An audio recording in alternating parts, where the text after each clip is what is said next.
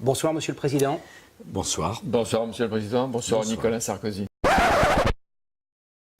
Depuis plus de 2 ans, vous avez quitté l'Élysée et vous n'avez accordé aucune interview.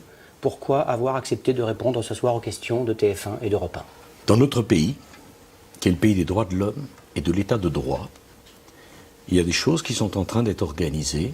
Les Français doivent les connaître et en leur conscience et en toute liberté doivent juger de ce qu'il en est.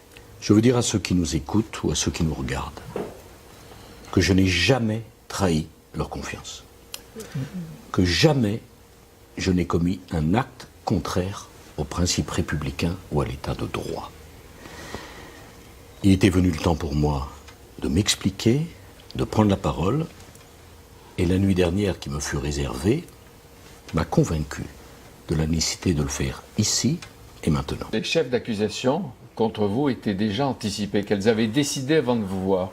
Écoutez, ces chefs d'accusation sont grotesques. Est-il normal par ailleurs qu'on choisisse, pour instruire une affaire où mon nom est cité, j'y reviendrai, un magistrat qui appartient au syndicat de la magistrature?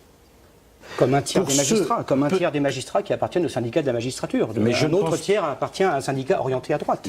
Ça ne la disqualifie pas a priori. Je ne pense pas que 68 millions de justiciables français aient reçu la lettre que j'ai reçue le 2 mai 2012 à la veille de l'élection présidentielle du même syndicat de la magistrature. Je demande à ceux qui nous écoutent ou nous regardent, qui aimerait avoir pour trancher un différend entre lui et la justice, en face de lui un magistrat dont l'obsession politique est de détruire la personne contre qui il doit instruire à charge et à sa charge. Demandez ce que vous... Je vous rappelle, monsieur El-Kabach, que j'ai été interrogé dans le cadre de l'affaire dite Bettencourt.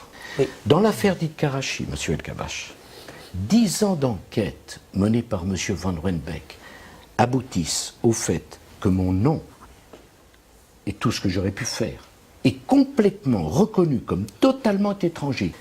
J'aime passionnément mon pays et je ne suis pas un homme qui se décourage devant les vilainies et les manipulations politiques. Nicolas Sarkozy, Monsieur le Président de la République, merci de nous avoir reçus et d'avoir répondu aussi directement.